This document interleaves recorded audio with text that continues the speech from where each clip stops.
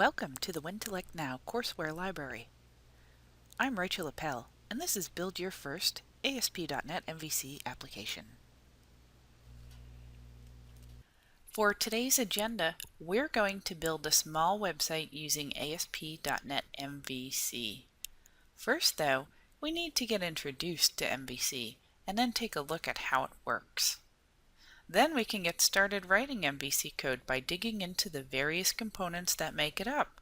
That is, models, controllers, and views. Once we've seen the basics of those, we can then move on to enhancing the user interface with client-side scripting and then on to using data utilities. Then finally, we're on to deployment, the last part of the course, where we'll publish our finished website to Azure. MVC stands for Let's create a project and task model.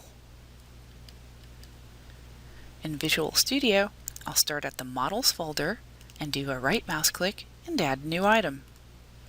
In the Add Item dialog, I'm going to select Class since we're using Entity Framework code first, and I'll call this class Project. When the editor opens up my project task, I'm going to go ahead and add some properties. First, the ID to have a primary key, and then a string for the title of the project. This is all I need for my project model right now, so I'm going to go ahead and create the task model. I'm going to again do an add new item and call this task.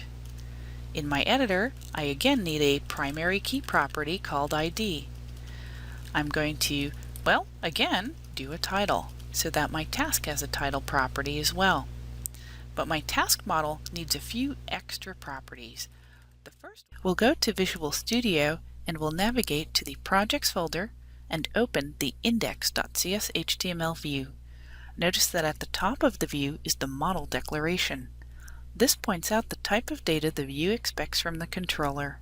In this case, the view isn't expecting an iCollection of projects, but if I open the Create, Edit, or Delete views, I'll see that they point to an individual instance of the project model. The code that you see starts with the @ symbol as Razor code, and it's quite apparent that this code is compact and clean. Razor HTML helpers output minimalistic HTML so you have full control over your output. The layout page contains the heading, HTML, and body tags necessary to create an overall page structure.